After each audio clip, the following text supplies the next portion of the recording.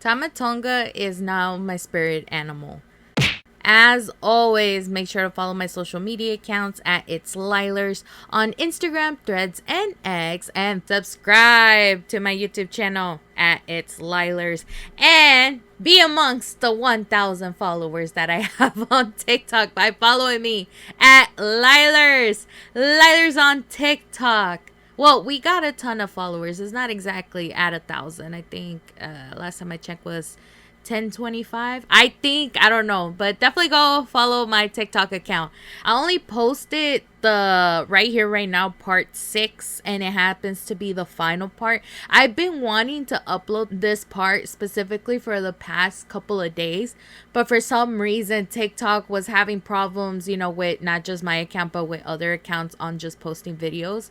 And then after that, when I did manage to upload the videos, TikTok would be like, oh hey, your content is unoriginal, it's low quality, and I'm like, what? So yeah, I struggled on trying to get part 6 up, but yeah, it is now uploaded for y'all to check out. So basically all the funny moments of right here right now is now available on my TikTok account, so definitely go check them out. Now I need to talk about something. I don't want to say it's the elephant in the room, but I'm pretty sure most of you guys know Texas is in panic mode. Why do I say this? Because apparently Hurricane Beryl decided to just move pathways and kind of head towards our way. So I'm glad that right now we're basically at calm before the storm and whatnot. So basically it's sunny outside, and I'm glad that I'm able to do this episode. Supposedly the storm is supposed to last either tomorrow for sure, maybe until Tuesday will be the last day, and then we're back to sunny skies and whatnot. So the only reason why I'm talking about this is because I don't think it's something that a lot of people should be scared about. Only reason why I say this is because apparently Hurricane Beryl is only a category 2 hurricane. And yeah, Houston is prone to flooding in certain areas. My area doesn't tend to flood and whatnot. Whenever Hurricane Harvey came, my area was like dry, like you have no idea. And I wasn't even here for Harvey. I was actually in New Mexico with a special friend of mine whose name is Garrett. So there's that. And then, so I didn't get to see what the whole deal was with the hurricane until I came back and everything was like back to normal. So I'm over here like, where's this flooding you guys were talking about? Same thing with Beryl. I don't think it's gonna be that bad. I feel like once it does make landfall, is going to reduce to a tropical storm, and that's just, again, there's going to be some winds, there's going to be flooding, and I think it's unnecessary for people to be panic buying right now. Of course, I've seen videos, especially like, in Texas we have HEB. They have a ton of people picking up groceries, mostly, stocking up water and whatnot, and I'm like, okay, I guess. But yeah, panic buying is really tremendous, and I just want to reassure everybody, it's going to be okay, all right? We're not going to get freaking Katrina. See, and I got part of Katrina when I was back in Alabama. That was a little bit hectic, but compared to, like, let's say, for example, like the freaking tornado that we got, like here in Houston where, our power shut down, doesn't mean nothing. So please, for the love of God, I want everybody to stay calm, okay? We're going to be okay. Anywho. This week, yes, we have a ton of wrestling topics we got to talk about. Of course, Forbidden Door, Money in the Bank, and what's coming up tonight at NXT Heatwave. But the good news is we're going to be talking about anime. I got to kick off with Demon Slayer and, of course, other things you may have missed this week on pop culture. So without further ado, let's go ahead and get this episode started. Literally last week, I was complaining about how I have not gotten caught up with all of the TV series that I needed to get caught up on. I cannot believe I forgot all about Demon Slayer. Now, I've been watching the new episodes on Demon Slayer, and I didn't realize that this past week, the final season for the Hashira training arc was already out, and I'm like, okay, all right. And I was already 2 episodes behind, so I didn't watch the previous week and then last week. So I was like, okay, good. I'm glad that I'm watching those 2 episodes right then and there, so that way I'm not over here biting my nails and like all rambled up just waiting for that last episode to come out. Now, if you guys do not know, and I mentioned this before, the Hashira training arc is basically the last season before what's about to unravel. So basically, Demon Slayer is already at its end. It's not like Attack on Titan where we're getting multiple like seasons for the ending. Like, okay, this is the last season, part what? You know, I'm like, no. We're actually getting to the end. So if you guys have not done so, definitely go check out Hashira training arc. However, there is a lot of critics about this particular arc only because there is comedic effects on here where, you know, everybody is like goofing around, and I mean the characters wise, where you're like, okay, where are the battle scenes? I want seriousness. I want, like, you know, dramatic effects. And you're not getting that with the Hashira training arc. However, how I mentioned, we are at the end. This season is your last season to watch, and then the worst is about to come. I finished reading the manga a long time ago. I want to say it was probably like around Mugen Train whenever it came out in movie theaters.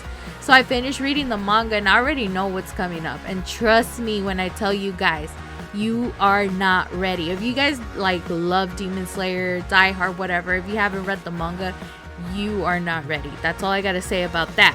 Since the Hashira training arc finally came to an end, thank God, there was another announcement about what's going to be coming up, because I was worried too. I was like, if this is the season finale, are we going to get the next coming arcs like as series? Because I don't think we're going to be able to handle that.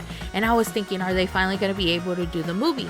They did announce that the finale will be a trilogy of movies. And I'm like, trilogy? My brain is thinking 3, by the way. That's what I'm assuming. However, they did announce that the arc that's going to be coming up is going to be called Infinity Castle arc. The next one after that is going to be Sunrise Countdown arc. Once you hear it, you already know what's about to happen, especially Sunrise Countdown.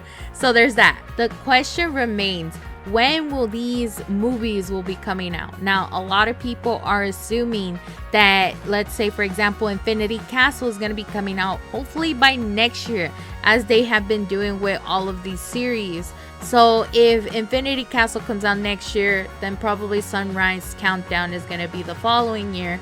And if it is a trilogy, meaning like what, 3 movies, maybe the whole series is gonna end by 2027, who knows? But still, if you cannot wait that long, definitely go check out the manga. You can just finish it and then get yourself an imagination of how it's gonna look. Trust me, even though I already read the manga, I cannot wait to see this come to life. I'm not ready, I'll tell you that right now.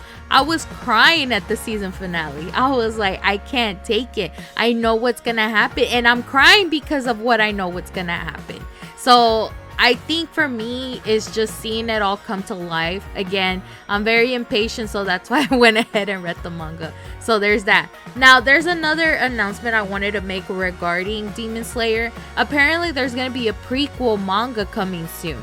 So the manga is called Before Demon Slayer, and it will be short stories that will include Tamayo and Muzan. The manga is available to pre-order either on Amazon, Barnes & Nobles, and even the Crunchyroll store, and it will be set to release on October 8th of this year. So you already know it's a prequel. With that being said, let's go ahead and kick off the rest of the show, starting off with everything that I have for you guys in the movies category.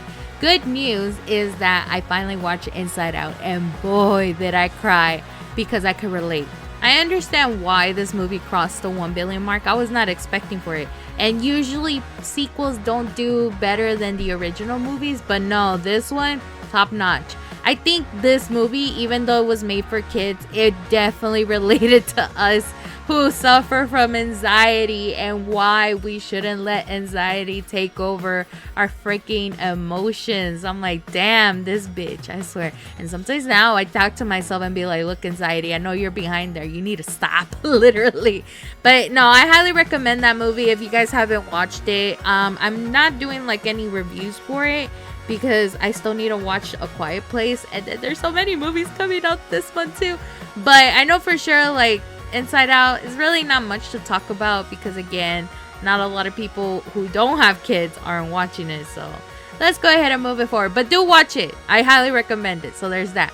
Now, speaking of another movie that's gonna be coming out later this month, Deadpool and Wolverine has officially landed in Japan with a massive Deadpool figure, and that figure happens to be holding like a white flag with Wolverine all drawn up. It looks so adorable. Now, because of this, they're already promoting the movie other places besides us because we gotta wait till July 25th. The interviews for this movie is already coming out, and one in particular was Entertainment Weekly that reported that supposedly Ryan Reynolds and Hugh Jackman will plan on collaborating on another film that's basically not superhero related. I won't be surprised if the genre of this upcoming project that they'll do is probably comedic, because that's what their friendship is. I would be shocked though if it would be like a drama thriller kind of feel, because I cannot take them serious, so there's that. In other news, if you guys are fans of the movie Gladiator, well, guess what? They are getting a sequel after I don't know how many years. So I found out through Pedro Pascal because I follow him on Instagram, and he posted pictures from Vanity Fair's first look, and it shows Pedro wearing a gladiator outfit. Trust me when I tell you guys this, the freaking Pedro Pascal edits have finally revived on my TikTok feed. So a little background of the sequel, Vanity Fair posted on their article, quote, "Now, with Gladiator 2 heading to theaters on November 22nd, they're ready to tell the rest of the world where the story picks up in years after Russell Crowe's Maximus gave his life, appending the leadership of the decadent and corrupt society. The central character portrayed by Paul Mescal is Lucius, last seen as the young son of Lucilla, Connie Nielsen's noblewoman from the original movie. Nielsen also returns in the sequel, playing one of the few true-life figures in the otherwise fictional Gladiator storyline, the daughter of the late Emperor Marcus Aurelius. In the actual history, Lucilla was a firebrand revolutionary who despaired of the direction Rome took after her father's demise." So, in other words, not only Pedro Pascal will be in this movie, but he'll be battling against Paul Mescal, which we also see him photographed in Vanity Fair's first look. I will admit, I never watched Gladiator, so I don't know what the fuck is going on.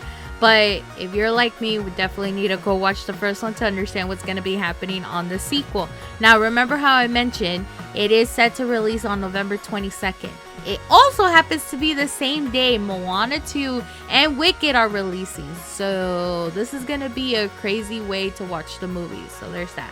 Anywho, let's go ahead and move it along. It looks like we'll be getting another Hellboy reboot. Hellboy, the Crooked Man, releases a trailer with Jack Kesey as Hellboy. Honestly, if you watch the trailer, it was giving a low-budget movie and the OG Blair Witch Project movie. I actually went to the comment section of the announcement, and I cannot help but to notice quite a few. One of them says it looks like a fan-made YouTube video. My favorite one of them all said, "Dog, that's heck boy." I'm like, please, no. Like, I started laughing. Other people were praising Ron Perlman as the OG Hellboy, which I agree. No one can top that. I'm sorry, David Harbour. I know you tried your best, but Ron is the OG. Lastly, there was another comment where somebody said, "Damn, Guillermo really set the bar way too high. Any other attempt is gonna look like shit," which, again, I do agree. Do I have any hopes for this movie? No. Am I gonna watch it? No. So there's that. The last thing I have for you guys in the movies category, if you guys do not know, it is said that Christopher Reeve's son, Will Reeve, will make a cameo as a reporter in the upcoming Superman movie. Yes, the one that James Gunn is working on. And if you guys didn't also know, Will happens to be a real-life journalist, which honestly, he can nail the bit even if it's given. And unfortunately, that wraps up all that I have for you guys in the movies category. Let's go ahead and talk about television, starting off with One Piece. So I do have some good news for you guys if you watched the Netflix series. So they have officially begun production for season 2. I'm still wondering if this series is also going to keep going just like the animated series. Speaking of Netflix, today was the first time I heard that Horizon Zero Dawn, the video game, was getting a live action series, but it's also no longer happening. The reason to this is because the showrunner, Steve Blackman, is being accused of toxic bullying, manipulation, and retaliatory behavior by 12 employees. I did read a few comments whenever I saw the announcement that a lot of people did not have high hopes that the series was gonna do well, especially if it's Netflix, and to just move it to either Hulu or Prime. But I'm like, I don't know. I rarely play the game. I mean, it is open world, you know, a lot of people can get lost on it, but at the same time, I just couldn't catch up to it. So I was like, we'll pass. So even then, I wouldn't watch the series. Another show that was scrapped is Arkham Asylum. I actually talked about this in one of my previous episodes, and I was really like hyping it up. I was excited for it, but it is no longer moving forward on Max. Now, some people are saying it may continue later in the future, but it's not happening like as of right now, and no one knows why, so there's that. Another thing I also wanted to mention is that it is said that Marvel's Agatha All Along will be a horror series. I'm like, I've been warned. So the Marvel Studios head of TV and streaming says, quote, "She's an amazing anti-hero, and the show lures you in with the fun of Halloween, and before you know it, you're crying." And I'm like, oh god, I kind of want that. I'm already excited. I also mentioned in a previous episode that Stranger Things is already in production. Maya Hogg said in an interview that Stranger Things season 5 is practically 8 movies, and that all the episodes are going to be hella long. We're probably talking like an hour, maybe an hour and a half, who knows. But at the same time, didn't I also mention that season 5 was the last season? Which is great because everybody is already pursuing other things besides staying in the show, so it makes sense. I still can't wait for it whenever it does get released. The last thing I wanted to talk about in the TV category, and it's some good news for me. I finally got caught up on House of the Dragon, and tonight's episode is going to be crazy.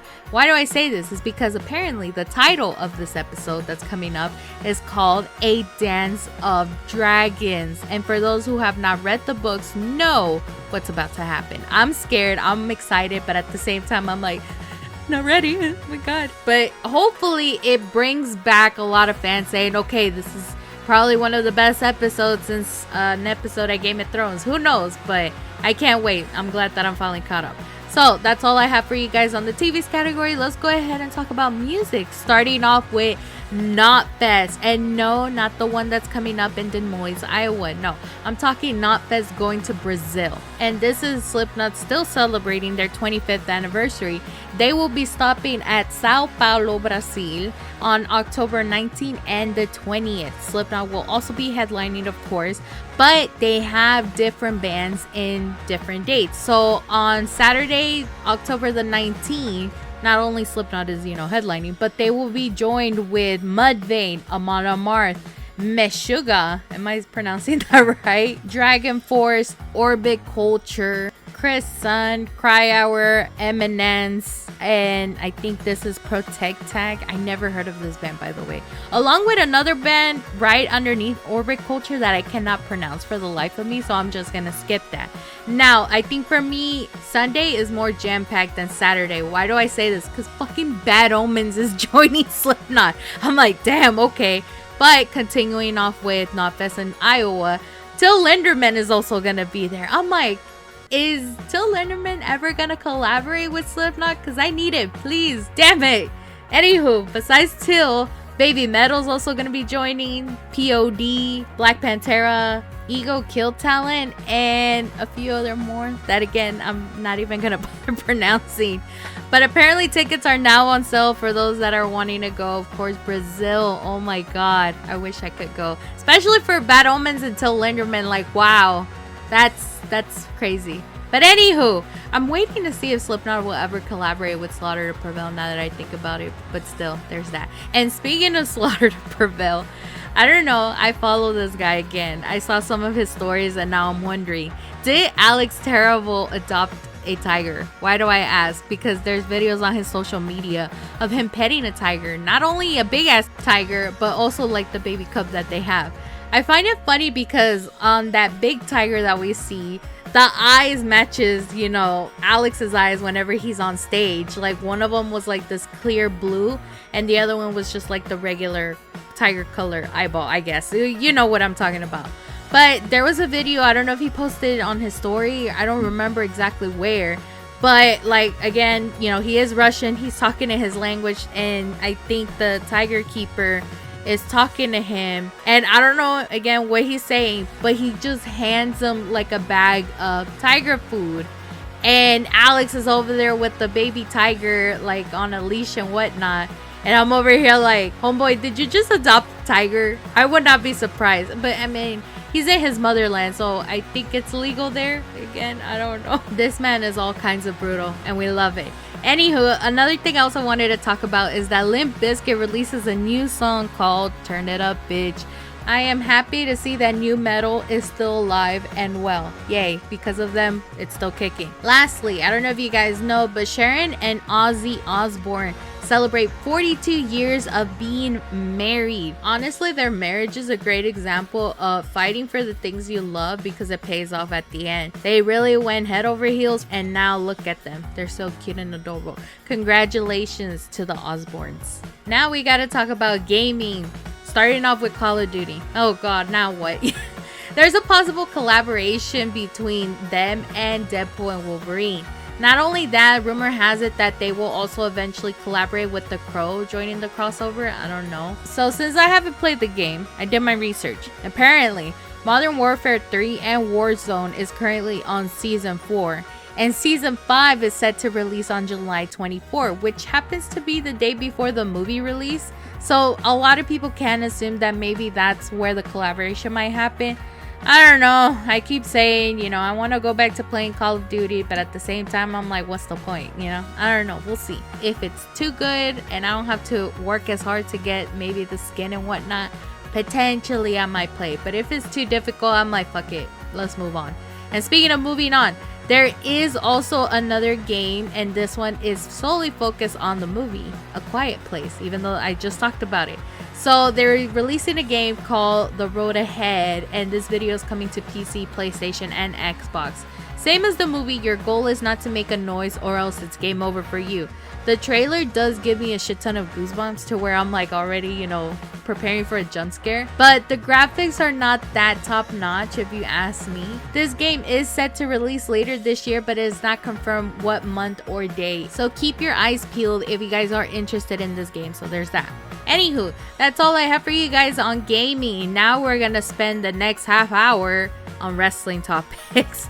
Starting off with some congratulations. So Angelo Dawkins is now a married man. And the good thing about it is he actually brought his homie Montez Ford to officiate the wedding. I got to see some pictures of the whole thing. Bianca looks stunning. Of course, congratulations to the bride. She looks absolutely beautiful. But everybody is talking about Dawkins. Why? Because homie was literally in a thin black hoodie, jeans, and sneakers. Now, if you guys have not seen Love and WWE, Dawkins had said so many times that he does not like to be in suits. Of course, he had to like push through when it was the Hall of Fame. But other than that, like I guess in his actual wedding, he wanted to be as comfortable as he can be. And there's that. So congratulations to the newlyweds. Now, here's something I did not want to talk about, but unfortunately I do. Why? Because I really love this wrestler and he does have a lot of potential. Unfortunately, Dijak was apparently let go of the company. He did posted this massive page, and to summarize what it said, Dijak, you know, expressed his frustrations over the fact that, you know, he never complained about the storylines that he was in. He didn't get injured. He always showed up to work on time, this, and that. Unfortunately, he was not getting a great storyline. And worse, WWE said that they weren't going to renew his contract. So now it's pretty upsetting for him. He did post it that his last day on the contract of WWE will be on June 28th, which already passed. And he already listed like an email to book at any other pro wrestling companies. So I don't know if eventually maybe he might show up at AEW, but I feel like he's going to be doing independent for a bit. And so basically he just said, you know, feast your fucking eyes, Donovan Dijak. I'm excited for him. I actually started following him once I saw the post because this man has a lot of potential. I love him every time he showed up. And it's sad, you know, but hey, it is what it is. Also, a quick side note, if you guys hear thunder in the background, it's because the storm is already hitting us. Apparently, it was supposed to hit us tonight, but I don't know what's going on. So yeah, you might hear some thunderstorms in the background, so excuse that. Now, once we talked about Dijak, I really need to talk about the results of Forbidden Door. It's really only 2 things because I wasn't really into the whole pay-per-view. I didn't get to watch it, of course, because I'm not paying, $50 just so I can watch it one time and never again. So, yeah. The only 2 things I wanted to talk about is obviously one of my predictions. I was right about Jack Perry becoming the new TNT champion. So what could this mean storyline wise? So now that Jack Perry is TNT champion, he can actually do whatever the hell he wants. Of course, now that he has help from the Young Bucks. You know, they run the company. They're the EVPs of AEW. What could potentially happen is that Jack is obviously, in his heel era, but he's probably not going to be defending that title. Who knows though? Now, the match that was important for me to watch was Mercedes Money going up against Stephanie Vicaire for the NJPW Strong Women's Championship. I already knew what was going to happen, and I gave my reasons why. Definitely go listen to last week's episode if you haven't done so. But without any surprise, Mercedes did defeat Stephanie Vicaire, and now she has 2 belts to presume, which, I mean, yay for her, but at the same time, I was like, you could have lost, but again, for entertainment purposes, I knew you were going to win, because it doesn't make sense for Stephanie to be in, 3 promotions, maybe more, who knows. However, after Mercedes won the NJPW Strong Women's Championship, Britt Baker has now entered the chat. And it looks like she's challenging Mercedes for the TBS Championship for the next coming pay-per-view event that they're gonna have, which is All Out. And yes, it is still taking place in Chicago. It's CM Punk's place. I wonder if the crowd is still gonna be chanting his name. Who knows? But that's the only thing I just wanted to talk about AEW. Now we gotta talk about WWE. Starting off with their announcement with Bad Blood. So if you guys do not know, that is going to be the next premium live event that's going to be taking place in October 5th in Atlanta at Cody's hometown. So that's pretty exciting. So we can only assume that even if Cody does have a match, hopefully maybe guarantee win. But then again, they're going to be in the Netflix era, so there's a possibility that they might embarrass Cody in his hometown. Who knows?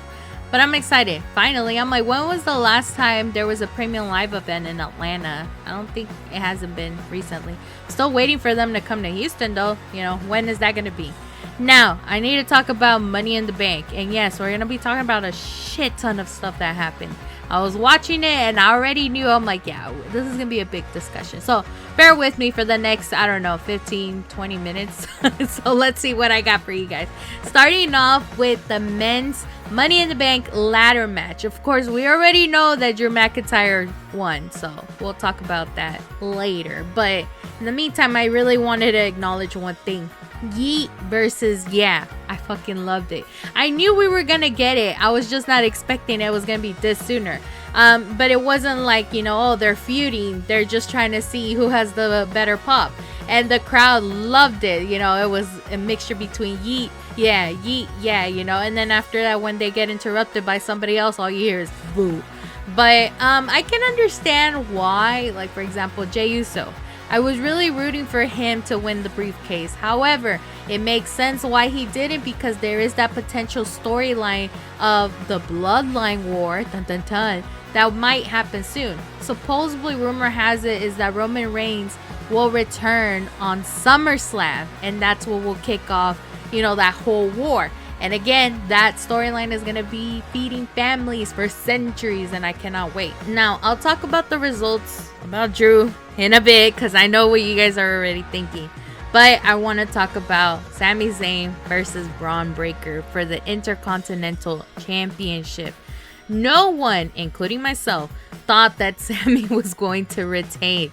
At the same time, if you think about it, the pay-per-view did take place in Canada, where, Sami is from. So it makes sense why he would retain.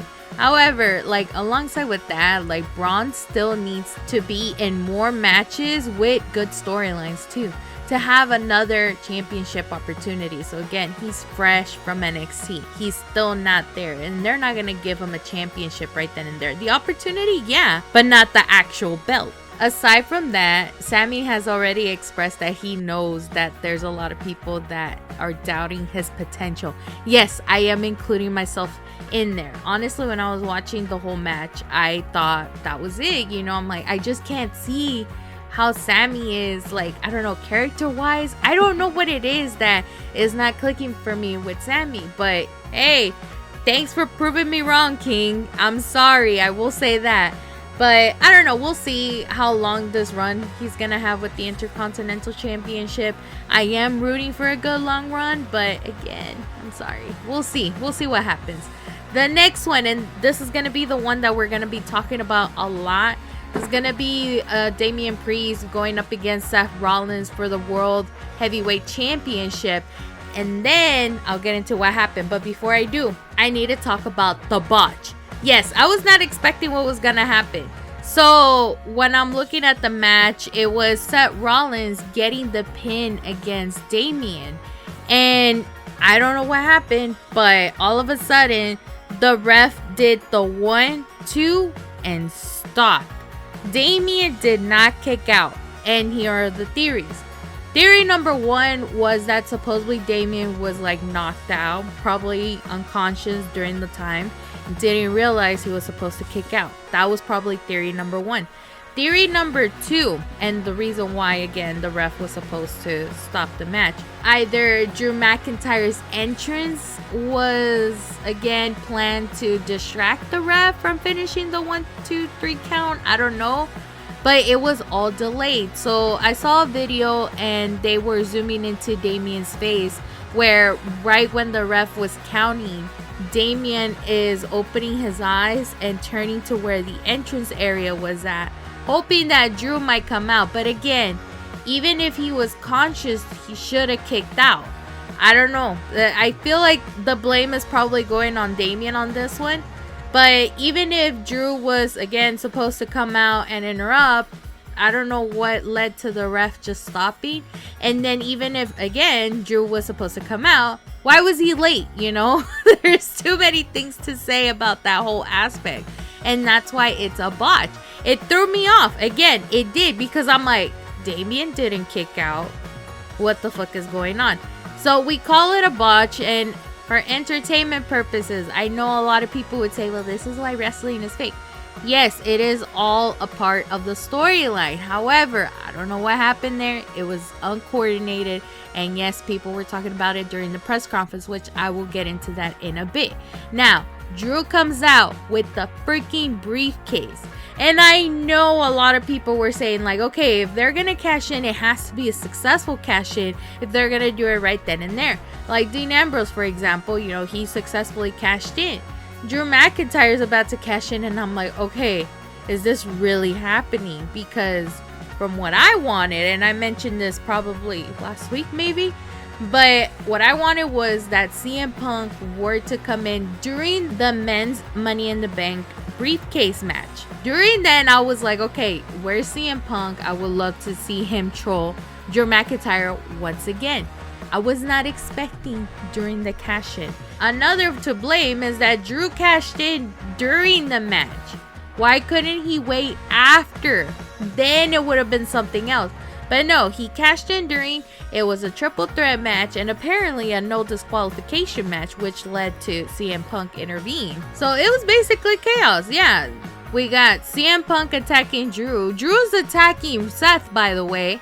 Damian was nowhere to be seen, which was good. He was playing it safe, but it was a little bit risky because if Drew were to pin Seth, you know, that would have been another beef. My preference as a fan, what I would love to see was that Drew would attack Damian. Because Damian cashing in at WrestleMania, it would have been a full circle moment for Drew to cash in on Damian himself, you know, kind of like karma's a bitch, you know, what goes around comes around. That would have been my first choice, my preference, and what should have happened.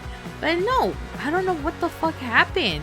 And again, I'm gonna talk about it during the press conference, but I'm over here like, why in the fuck did WWE or Papa H wasted a Mr. Money in the Bank? Why do I say this? Because of CM Punk intervene, Damian ended up retaining, meaning that Seth can no longer challenge a world heavyweight champion as long as Damian is holding that belt. And afterwards, we saw the chaos. Seth started getting all pissy with CM Punk. And yeah, again, there's so many storylines involving there. Drew with Damian, CM Punk with Drew, and now Seth with CM Punk. Like, what the fuck? It's like 4 people involved. Not only that, now we have to wait for a year for a new Mr. Money in the Bank. Like, I miss the fucking tease. Don't get me wrong, I miss it. Whenever, like, for example, Damian's over there trying to cash in but fails, which I really enjoyed that, but oh well. And now that Damian retained, he is going to SummerSlam going up against Gunther of all people. I really do want Damian to retain, but at the same time, Gunther has not been defeated for a while. So I don't know what's gonna happen. And just when we thought this premium live event was gonna flop, then comes the women's Money in the Bank ladder match. And yeah, they picked us up just when we were down. I just gotta say, thank fucking God I did not want Chelsea Green to win. I don't understand why people root for her, because she keeps losing and her character's not ticking, just like Zami's saying, but this one's different. So before WWE, yeah, I get it, Chelsea was good, but she's older now. She's not in her prime anymore. Tiffany Stratton was the right choice. I did agree that they gave her the briefcase. She has more athleticism and character than Chelsea. I also did want Lyra Valkyria to win, but then again, if you think about it, she's still new to the roster, just the same way with Braun Breaker. So with Tiffany, the way how she's gonna bring up, like, again, the way how we want it for Mr. Money in the Bank, she's probably gonna be teasing her cash in, but not really, like how she mentioned in the press conference, a magician will never reveal her secrets. So I know for sure, like, she's probably gonna target Bayley until maybe leading up to SummerSlam, who knows. They did ask her, I know I'm getting ahead of myself with this damn press conference because so many answers were given, but they did ask her, like, oh, what if in SummerSlam, because it is going to be Bayley going up against Nia Jax, if Nia were to win, would Tiffany actually cash in on Nia? But she was like, a magician will never reveal. But she was mostly like, not. If she were to, like, go and switch to Raw, for example, she would definitely cash in on Liv, which I would love to see that, don't get me wrong. But I know Tiffany, she does have potential, so I'm really excited for her. And she even did say she was going to give that briefcase a makeover. So yay, a pink briefcase. Hooray, even though I hate pink. So yeah, but congrats to Tiffany Stratton. That match was brutal, by the way. It was hard to watch, but I loved it at the same time. I do have to give Chelsea major props for falling from the very top of the ring all the way into the bottom where some tables were at. Like, that shit was brutal.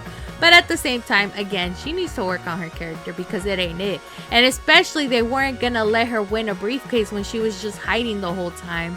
I don't remember they were gonna award people just for slacking off. So yeah, I don't understand my hype for Chelsea Green, and y'all can tell I just don't like her.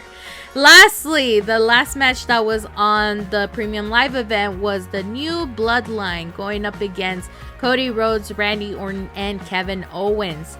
All I gotta say about that match, besides the botch, was that Jacob Fatu carried it. He carried everything when, Solo was just meh. And then, oh my god, don't get me started on Tonga Loa. That's what we're gonna talk about, the freaking botch.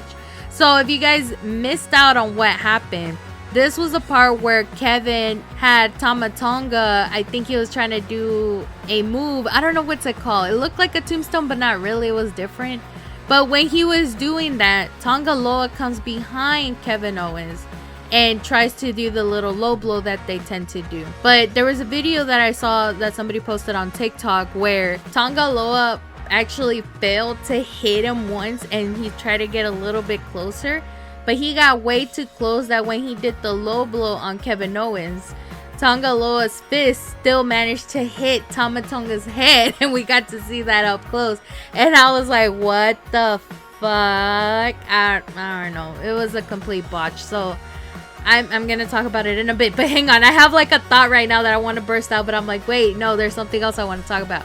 So if you think about it, this match was technically what, 3 against 4, so they were very outnumbered. Tell me why though. I got Zilla Spot 2's Instagram popping up on my feed. Like, what the fuck is going on? And also, I did not know he was from Houston. Why am I talking about it? Because apparently a lot of people want Zilla Spot 2 to show up as the 4th member to join Cody and his team maybe. But at the same time, leading up to, again, the Bloodline Wars, where maybe Zilla Spot 2 will join the Usos and Roman Reigns. Again, those are just talks. We don't know for sure. Now, back to what I was going to talk about. Freaking the press conference and that whole botch. I really do want to talk about John Cena, but I'm like, hang on. We're talking about botches right now, so let's go ahead and spill the fucking beans. I feel like, personally, after watching this whole Premium Live event, I feel like this was the first worst Premium Live event in the Papa H era. Oh my god, I can't believe I just said that. I wanted to cry just a little bit. The only reason why I say that is not only because of the botches, but mostly the results. I think the briefcase one was wasted. I don't know, but I mean, they've done it before, so I guess I want to trust Papa H's decisions, but whenever he was doing the press conference, he was very hesitant to talk about it. Like, he knew. And I think he put in his excuse like, oh, they're gonna look into it. But I'm like, what happened? Like, Papa H, we trusted you. Don't let us down now. I mean, shit happens. No one's perfect. So, gotta learn from it and then go forward. So, I feel like I don't want to put too much hate towards Papa H. I just want to give him a break and be like, okay, it is what it is.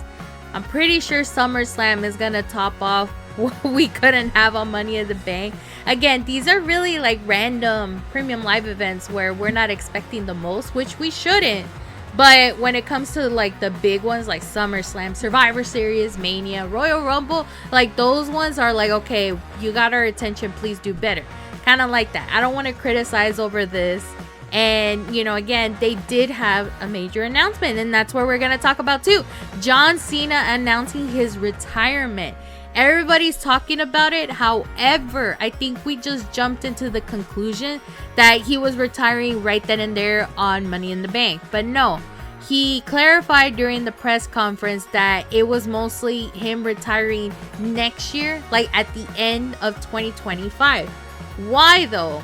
Obviously because of age, but not only that, he did get to take wrestling from out of the Attitude Era to the PG era.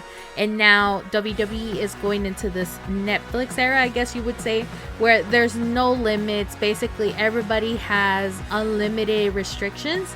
They can curse, they can do a lot of shit that, you know, you cannot do on national television. And John Cena wants to experience that.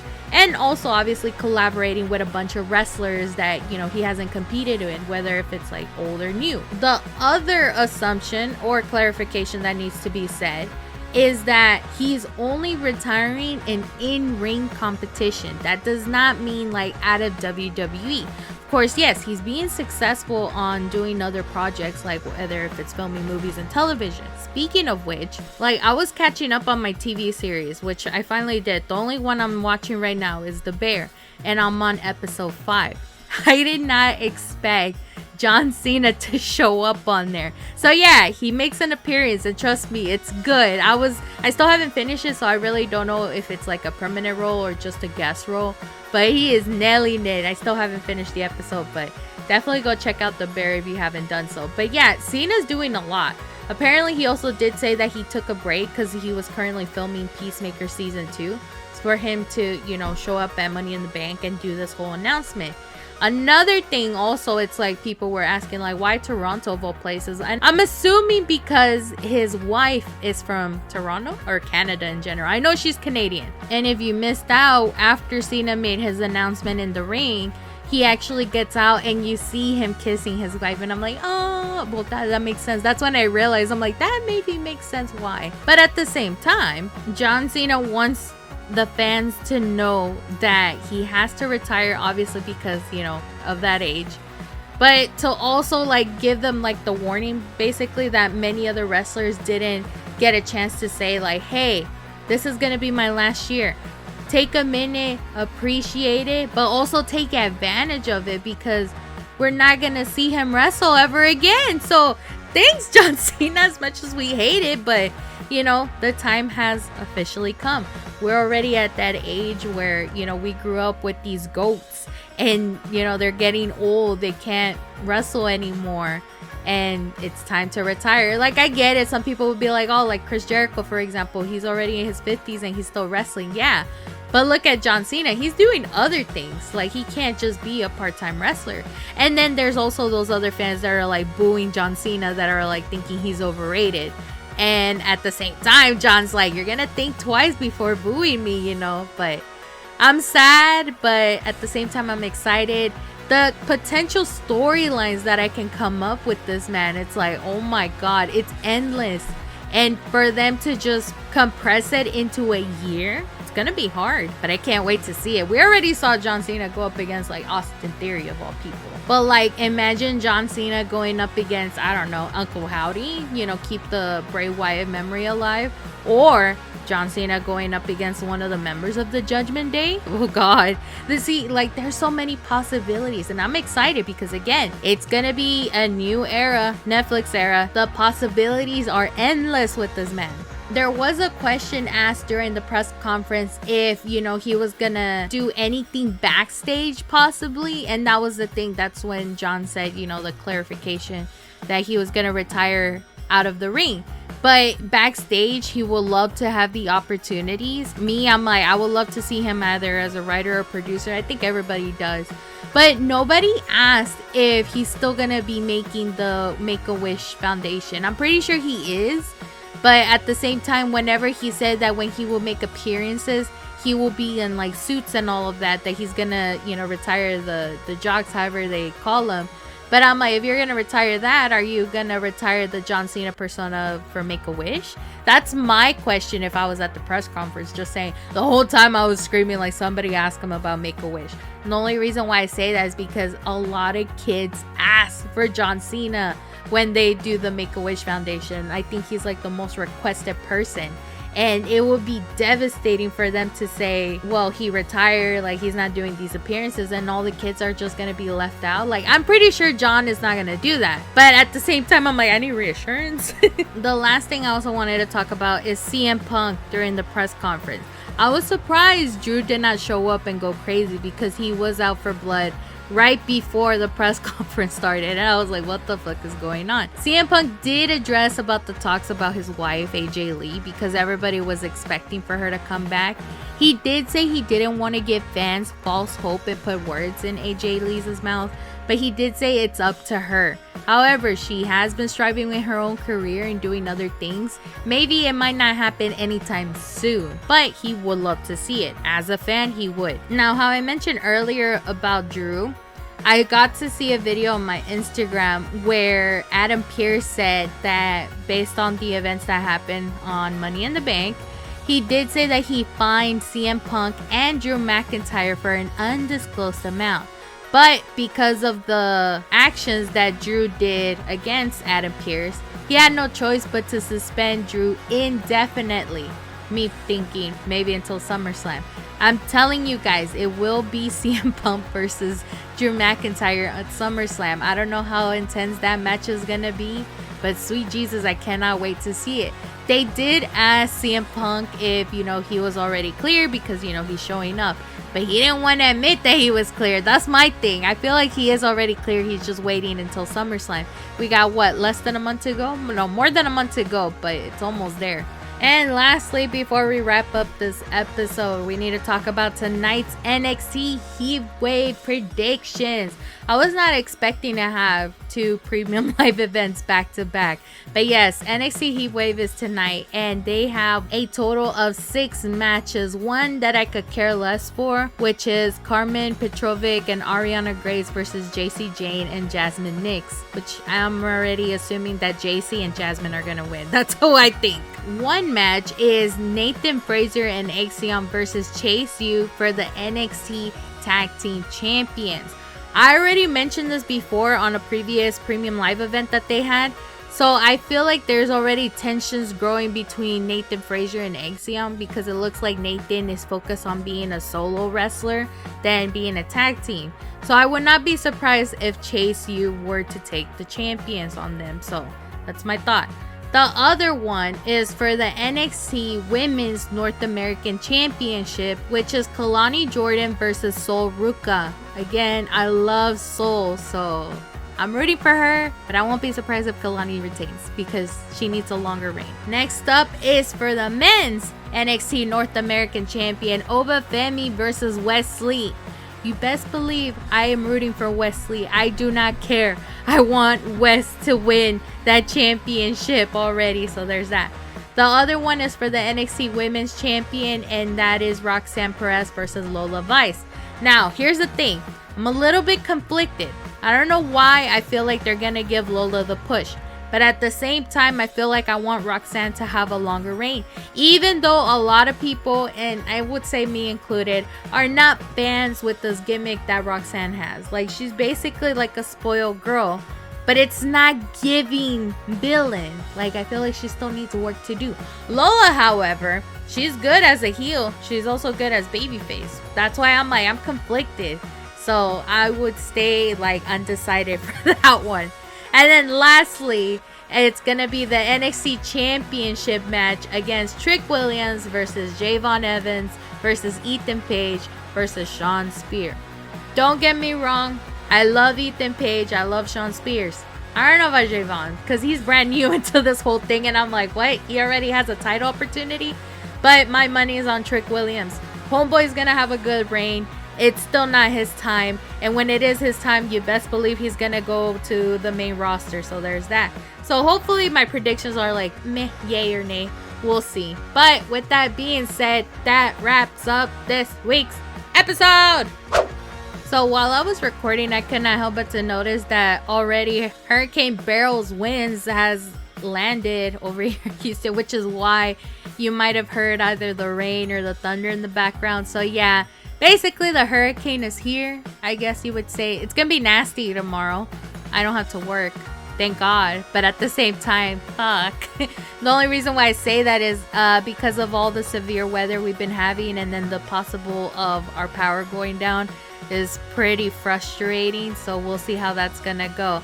But yeah, we did get tropical storm warning, so that's good compared to like a hurricane warning. That would have been even worse. So again, as I mentioned, we're gonna be fine, guys. So the good thing is not gonna be like a storm that's gonna last for weeks. So there's that.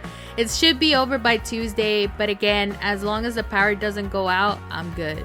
So like always, make sure to follow my social media accounts at It's Lielers on Instagram, Threads, and X, and subscribe to my YouTube channel at It's Lielers. And then, of course, follow me on TikTok at Lielers. Lielers on TikTok. Did I also forget? I know I mentioned this before, but I'm going to say it again. John Cena follows me on X, by the way. That's why y'all should go follow me. I actually posted a screenshot of the following thingy on my Instagram story, so check it out. I say that's my biggest flex. So yeah, John Cena follows me, and Gabriel Iglesias. Fluffy follows me on X too, which is, I guess, bragging rights for me. But anywho, next week we're gonna be talking about the results of NXT Heatwave, along with anything you may have missed in pop culture. As always, guys, I hope you enjoyed this episode, and I will talk to you guys on the next one.